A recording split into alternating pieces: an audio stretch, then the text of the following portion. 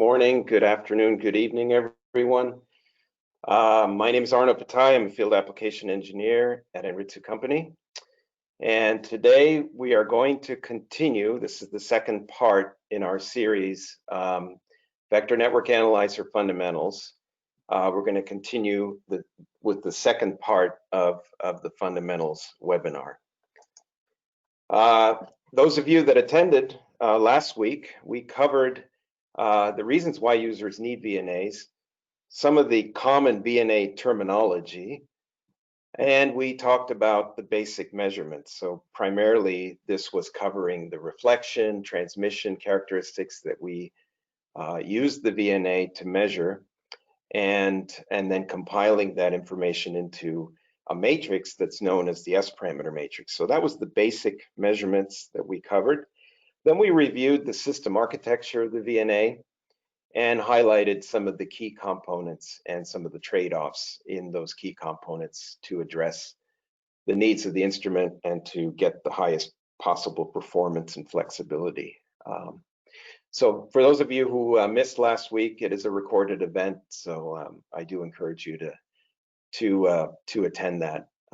But today we're going to move on and cover really the most important part of using the VNA, and that is how to calibrate it, because this goes beyond just instrument calibration that's done in a calibration lab.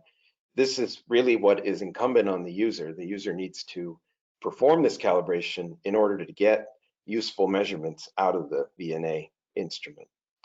We'll talk about VNA specifications. We'll talk about how those specifications, together with the calibration that we're going to perform, contribute to the overall accuracy and uncertainty of the measurements. And then in the time remaining, we'll go over some of the advanced measurements beyond just the S parameters that we've been talking about last week and today. We'll include some discussion on time domain, gain compression, IMD, some of the nonlinear measurements, as well as balanced differential, which really require 4-port VNA. Up until now, we've been basically talking about 2-port measurements of RF and microwave components. So we'll review some of those advanced measurements at the end, and I'll also have a short demo as we did last week to review some of the key concepts covered today. So VNA calibration, what we need is standards. That's the most important thing. We need impedance standards.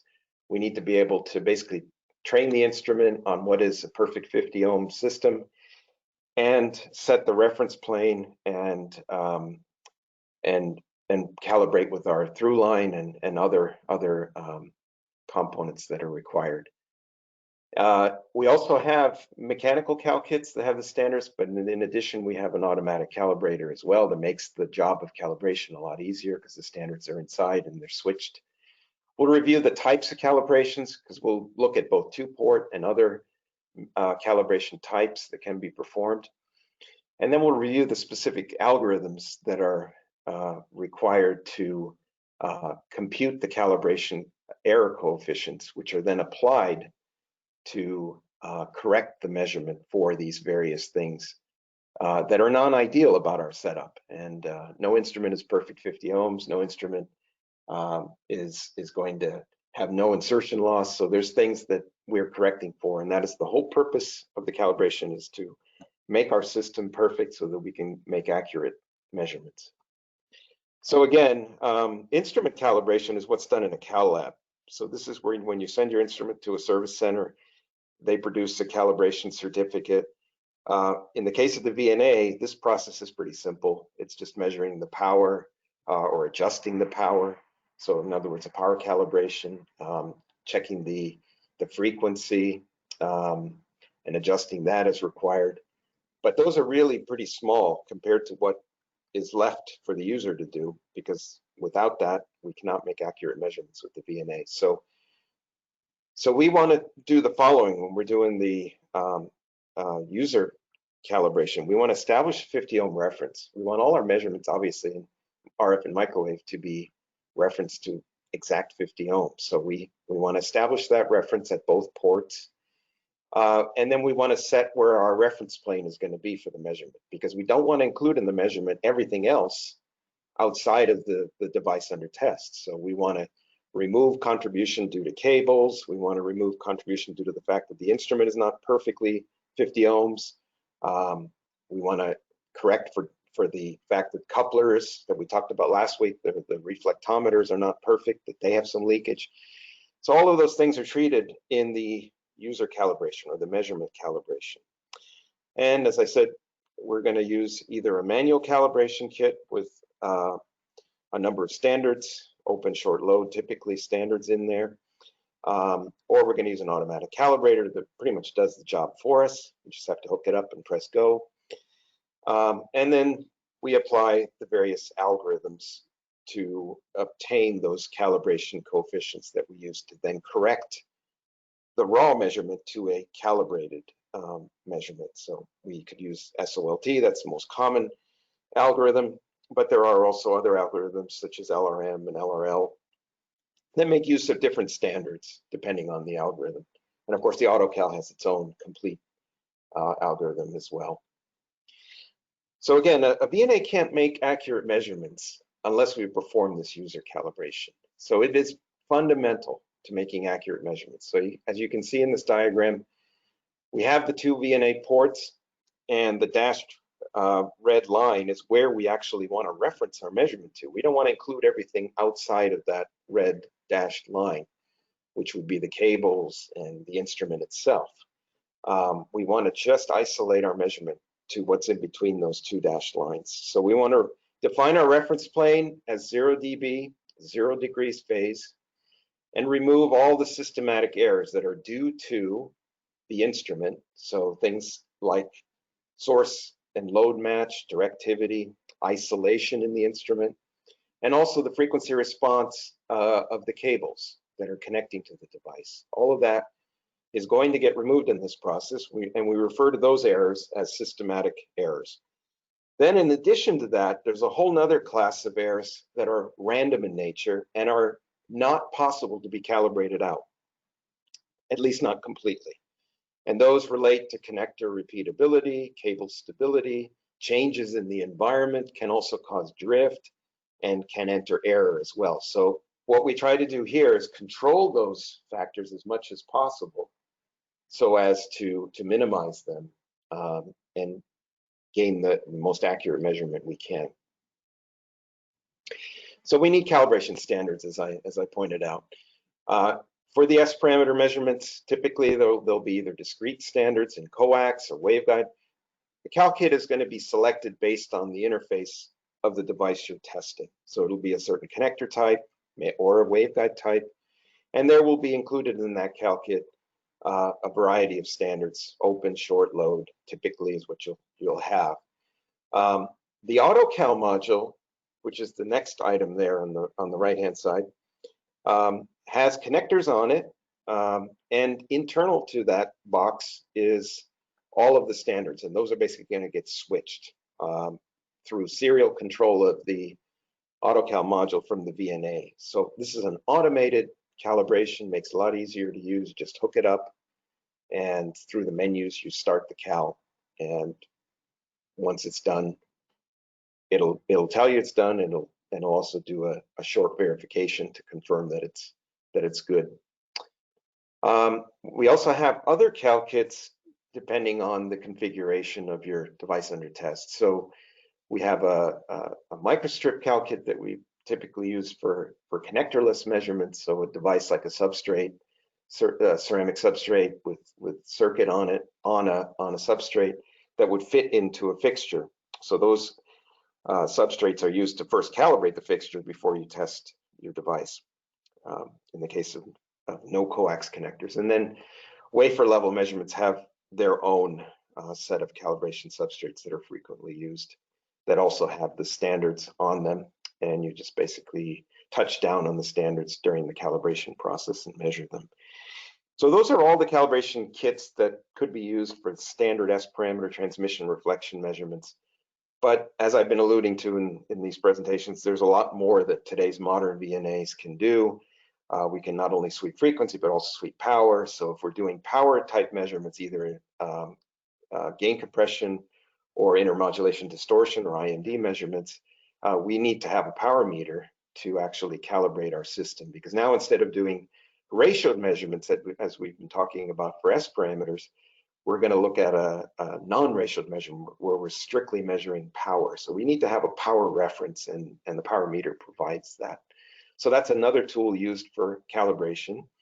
And then finally, we have optoelectronic measurements that we're now able to do with the VNA, because we have a reference optical to electrical module that we use as a front end for the microwave VNA, and that's fully calibrated or characterized magnitude and phase, and we can remove that in the process of measuring something else. So, so that serves also as a calibration tool when we're doing these cross-domain optical to electrical measurements. The AutoCal module has, as I mentioned, all of the standards internal, and there are switches.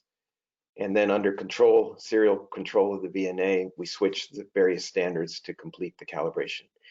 The algorithm is different from SOLT because we're actually using more standards than are required to cover the frequency range of interest. So it's somewhat of a redundant or an overdetermined calibration algorithm. So that provides some additional accuracy over the manual techniques, because we're using a different algorithm entirely here. And then we have some through lines in there as well that are very low loss, and those are used as well to do the transmission or the through calibration portion of it. So the AutoCal simplifies very much the calibration process, and is completely controlled by the VNA. Calibration types. We need to have different types depending on what we're trying to do. The most complete calibration will always be the full 2-port cal, and that will be required if you're trying to measure all 4 S parameters. However, there are other simplified calibration types that can be used for just doing reflection, in other words, just a 1-port measurement, or a measurement in one direction. In this case, 1-path 2-port would cover a transmission in one direction, and then the reflection on both ports. So it depends on what is needed and how much time you want to spend on the calibration. But nothing will ever beat the full 2-port calibration, because it is the most complete and covers what's needed to measure all 4 S parameters.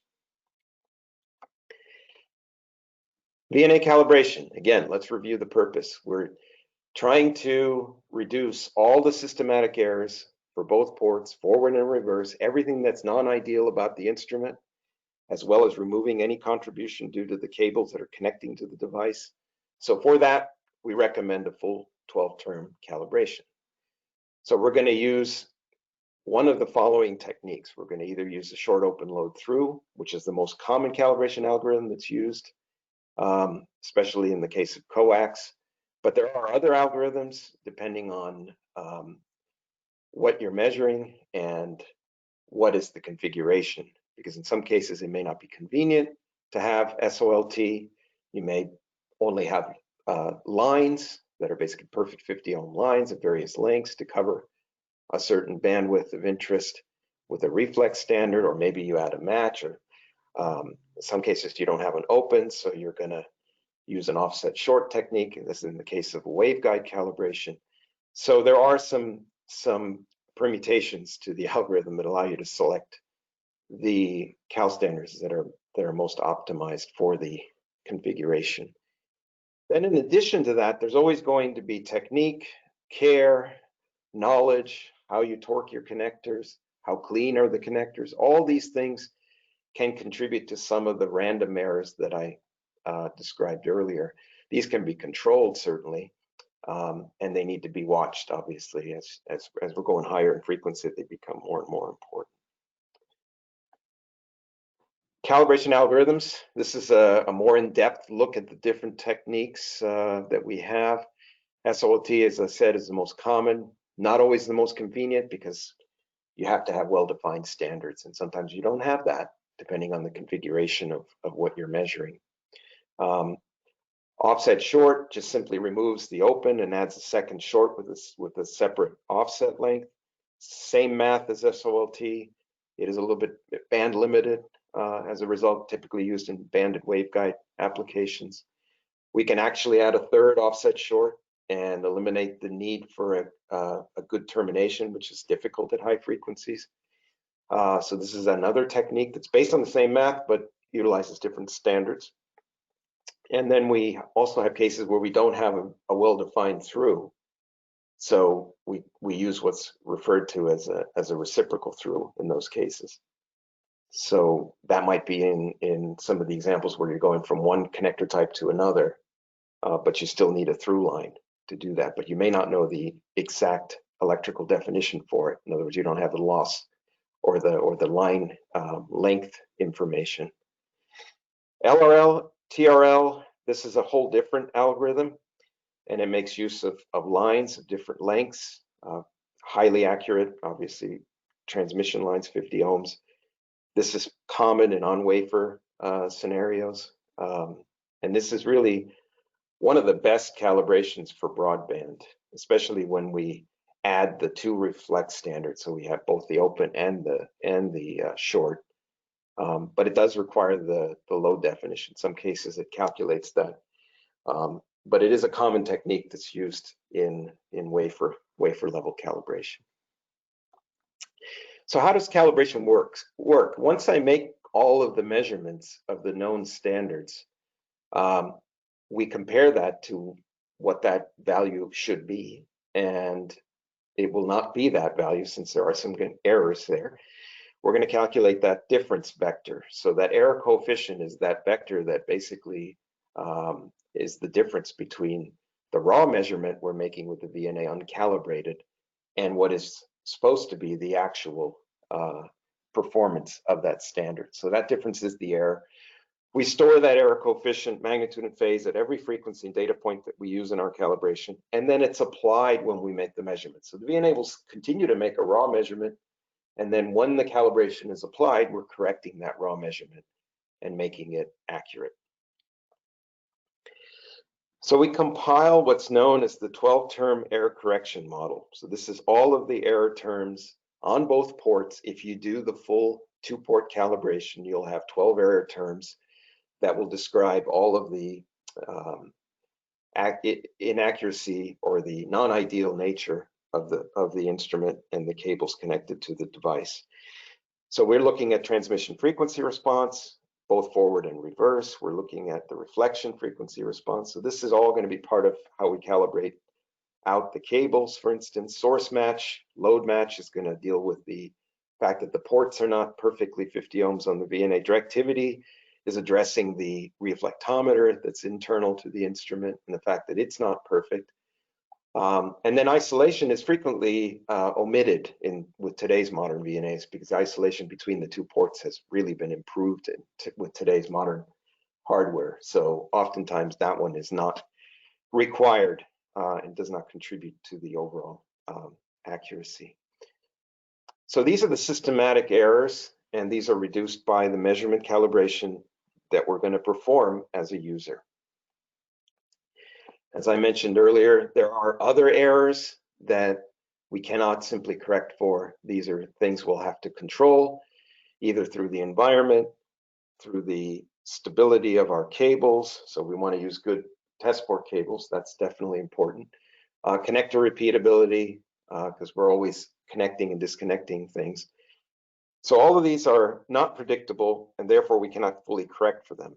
And this is where the good measurement practice comes in, is using good techniques to reduce these random errors as much as possible. So let's look at the overall VNA accuracy and how that's derived.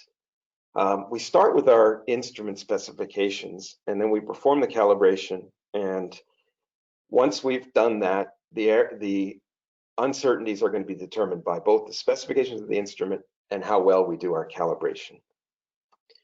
So let's start with system dynamic range. This is the key spec of any VNA. And it is simply calculated as the difference between the maximum rated source power and the specific noise floor at that frequency. So we're going to look at it in bands, and we're going to look at what's the maximum leveled source power as one end of the system dynamic range. And then we're going to measure the noise floor. And we measure the noise floor at a very low IF bandwidth, typically 10 hertz. and basically look at what is the low end of our system dynamic range, and the difference becomes the spec that's in this table. Then we look at our corrected system performance. So this is after we've performed the calibration. So what's important here in this table, and these are all in VNA data sheets, in both the system dynamic range as well as the corrected system performance. What's important here is looking at what cal kit we're using, first of all, because every cal kit will perform differently. An auto cal may do better than a manual cal kit at times. So there are differences when you look at the corrected system performance. But again, we're looking at this, the terms in the 12-term model. So directivity, source match, load match, reflection and transmission tracking. And we're doing that at various frequency bands. And this performance is measured using the metrology grade airline. This is how you verify how good is your calibration and derive your specs based on what cal kit you're using. And typically it's going to be a full 2-port 12-term calibration that's performed. So the measurement uncertainties are going to be the result of our VNA dynamic range. That'll affect uncertainty, of course, but more importantly, it's what we just performed, which is the VNA calibration and correcting for that system performance. So the directivity, load match, source match, all of those things contribute, along with the type of error correction we're applying, and then the quality of our cal standards, certainly that contributes to it as well. So it will be very much calibration kit dependent and algorithm dependent, and then ultimately the measurement is also accuracy is also determined by the dynamic range of the VNA.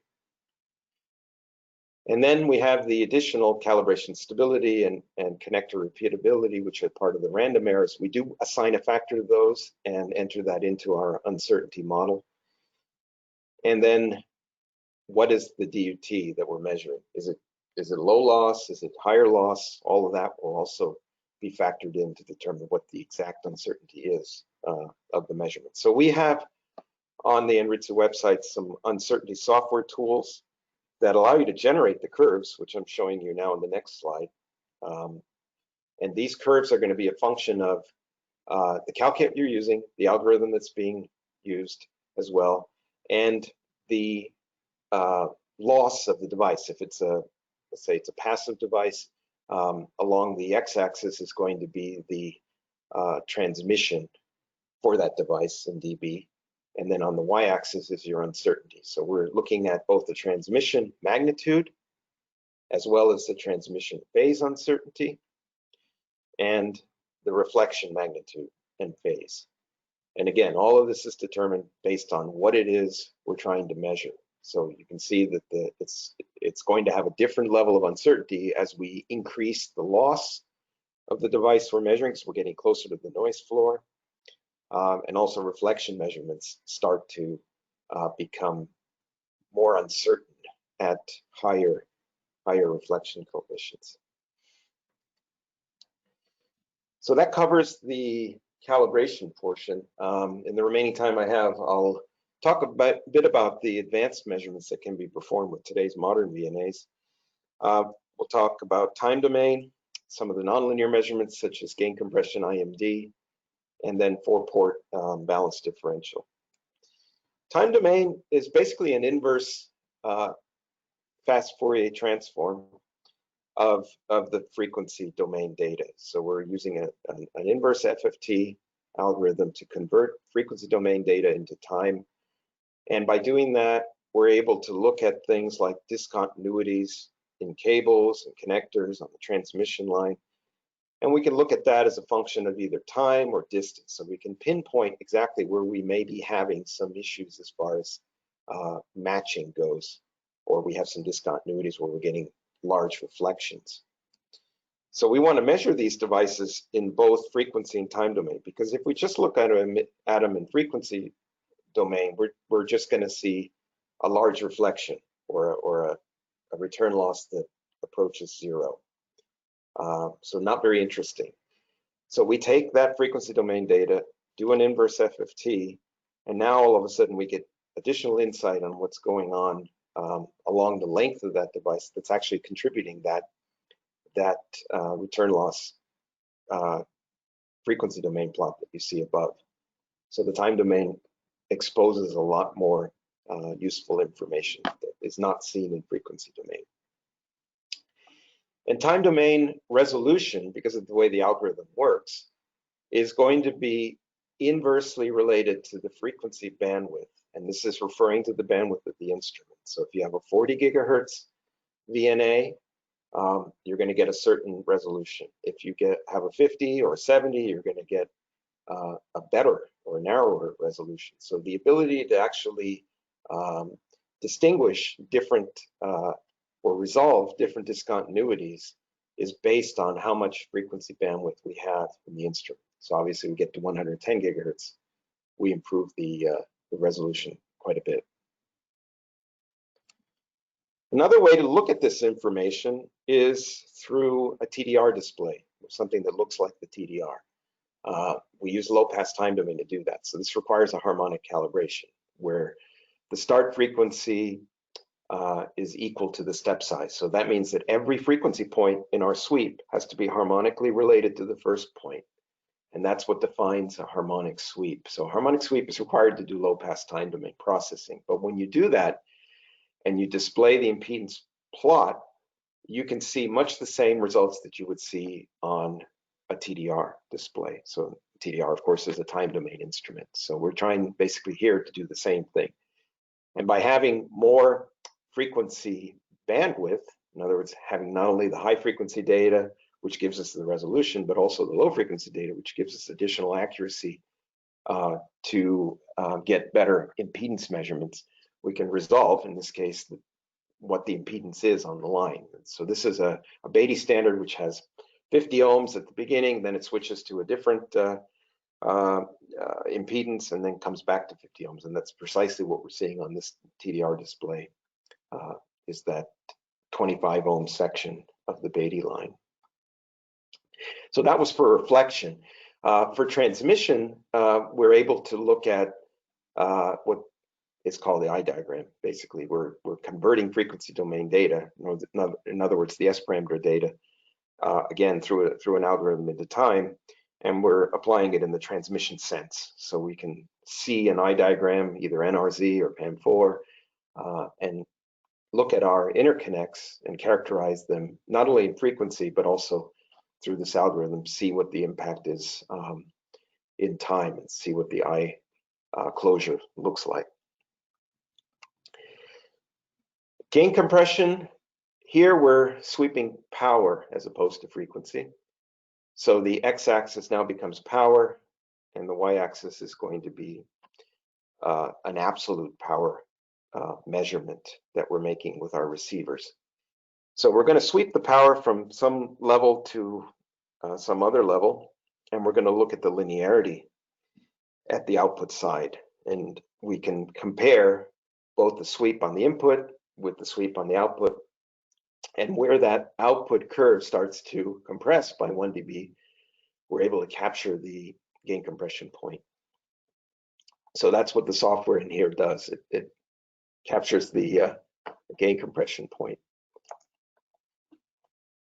And we can do the same with phase. So we can actually look at AM and PM measurements as a function of input power. So these are nonlinear measurements. Another topic is IMD, intermodulation distortion measurements, where we have the ability to generate two tones.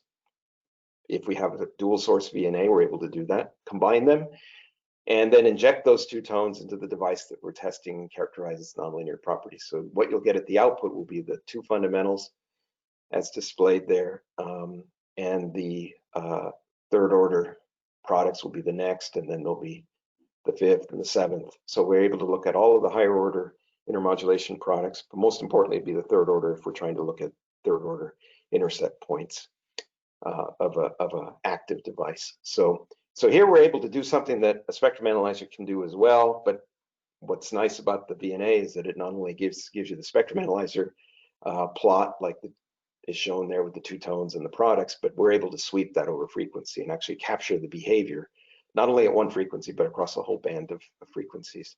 So this is an example of where a spectrum analyzer can, or a VNA can actually do a whole suite of different measurements, from S parameters to nonlinear gain compression, IMD, as well as harmonics, because the VNA can tune its receivers to whatever frequency is required to capture those products, while the sources are applying the two-tone stimulus. So we're able to completely disconnect the receiver from the source and independently tune them. And then the balanced differential applications are the ones that really require a 4-port VNA, and they become quite popular now. And it's mainly because of noise immunity.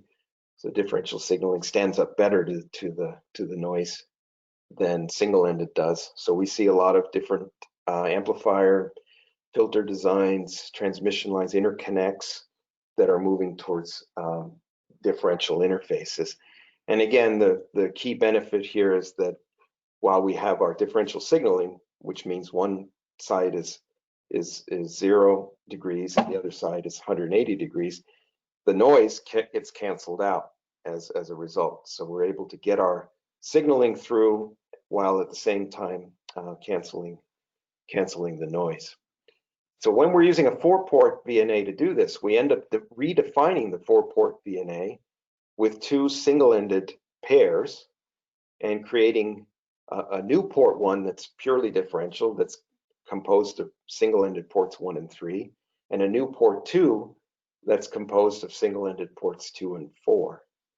So this is how we're able to redefine a VNA that is normally single-ended with 4 ports to a differential system that is a 2-port system with 180 degrees out of phase, because that's what differential signaling is all about. So we define a whole nother set of S parameters. Of course, since we have 4 ports, instead of having 4 S parameters, we now have 16. So we have everything from S11 to S44. But we take that a step further by performing what's known as superposition to redefine another set of S parameters for mixed mode, which will have everything from differential to common mode. And common mode is basically 0 degrees phase difference. Differential is 180 degrees, and that's the mode that we want. And then we look at common mode rejection, because there are going to be cases where we apply differential, but some common mode is produced on the output side. So we're trying to suppress that. So we look at those parameters as well in our overall matrix.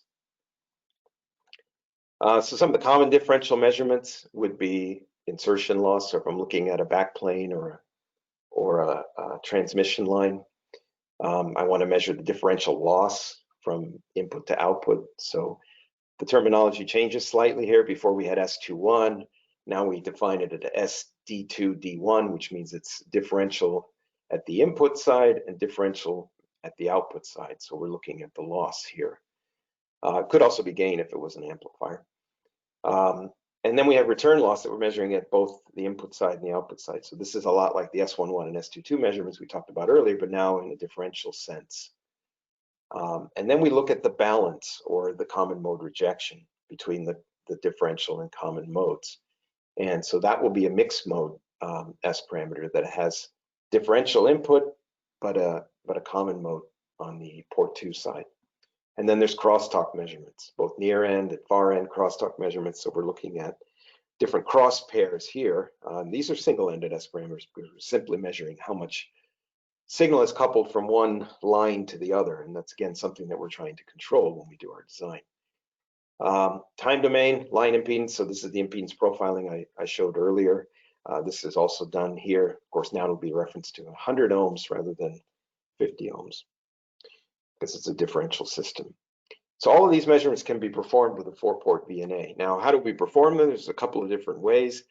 Most of the time, if something is passive or linearly active, we don't require a second source to create a full differential drive. So instead, we apply the signal to each port one at a time. We measure all the responses at the other ports, and then we take those results and combine them mathematically using superposition to generate what is then the new matrix with the differential, common mode, and mixed mode quantities in there. But it does assume that that device is linear, and it could be pure passive or linear active. but it needs to be linear. And in that case, we can just use a single source and get all of our information for the differential S parameters. But in some cases, you have a nonlinear active device, and for those specific cases, which is a small percentage, we need to be able to have a true differential stimulus applied at differential port 1 and also measured at differential port 2.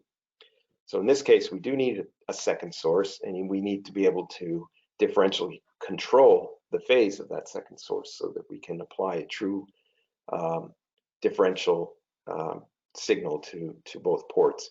So this is the technique that's used for nonlinear active devices. Fortunately, we can use the same cal kits, but there is some additional algorithm that's performed to maintain that 180-degree phase relationship is met at the reference planes of interest. So it does require a few additional sweeps to basically synchronize that.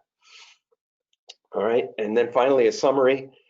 Again, the VNA is an instrument that provides extremely accurate characterization of RF and microwave devices, either at subsystem level or down at the component level. For the S parameter case, we're measuring ratioed quantities, so everything is being referenced to the incident signal, and we're taking ratios internal. We have 4 receivers in the VNA to do that. We provide magnitude and phase information, so it's true vector measurement, and we have wide dynamic range and very linear receivers internal to the VNA to do that. We work with a lot of different environments or configurations, ranging from coax to waveguide on wafer, optoelectronic. So there are different environments we have to adapt to, both with our measurement as well as the calibration techniques that we choose to calibrate our VNA. And that's really the subject of today, was what are the calibration methods and how do we apply them and why are they so important? And then there's some other post-processing techniques where we can do things like impedance transformation and embedding, de-embedding to further remove items from our measurement of interest, so we can adjust the measurement plane to optimize for the best accuracy of what we're trying to measure. And we have some additional information on our website that I invite you to look at, application notes as well as measurement guides. And there's a whole book known as VNA Calibration that's also available that goes through a lot of the concepts we talked about today. I'm going to remind you again of the VNA portfolio that Anritsu has, everything from economy, basic S parameter VNAs, 1 port, 2 port. Some of these are field portable, part of our handheld family. We have mid-range performance VNAs that go up to 4 ports and actually cover some waveguide band as well at E-band. And then we have the VectorStar, which is our high performance VNA, which we'll have additional sessions on in our VNA seminar series. And we'll talk about more detailed applications in those. I'm going to refer you back to the demo that we did last week, where we went through the basic displays of the VNA. Today, I'm just going to show you some of the calibration concepts as well.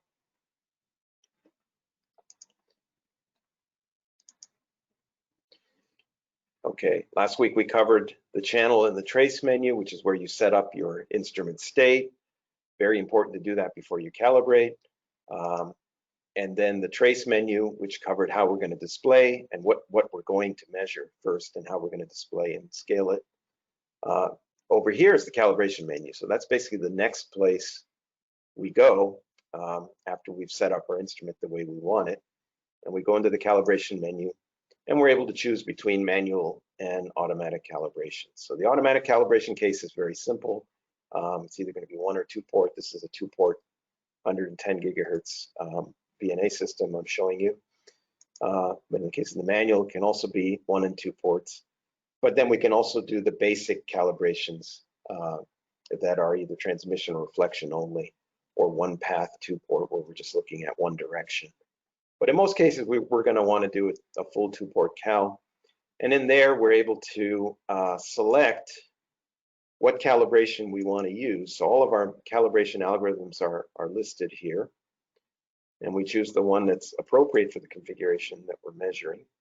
And then we can edit some of the specific details of our connector interface and what's the length of the through that we're using for our calibration. And then we basically go back and start to measure all of the devices. We have to measure every device that we're going to use in our calibration on both ports. So port 1 and port 2. This is a special broadband example here. So we're actually using a hybrid of an SOLT and a triple offset short to get all the necessary standards measured to cover a broadband frequency range up to 110 gigahertz. We also have the through here. So once we've measured all of the standards, at that point we'll be done, and that tile will turn on, and then the VNA will contribute the error correction coefficients and start to apply those on the measurements that we're making. So then we'll get the green light down here that shows that we are corrected and getting accurate measurements.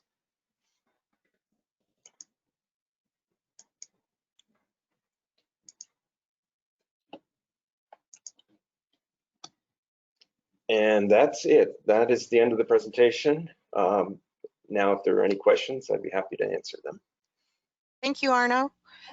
We have a question that came in from James Linehan. Can the VectorStar A models use the AutoCal? The answer, James, is yes. The A model has support for the basic AutoCal, both for 40 and 70 gigahertz versions that we have. Great. I don't have any other questions. Is there any other questions that anyone would like to type in? Okay. If you have any additional questions, please feel free to contact me directly. My email is there. I'd be happy to answer them. Great.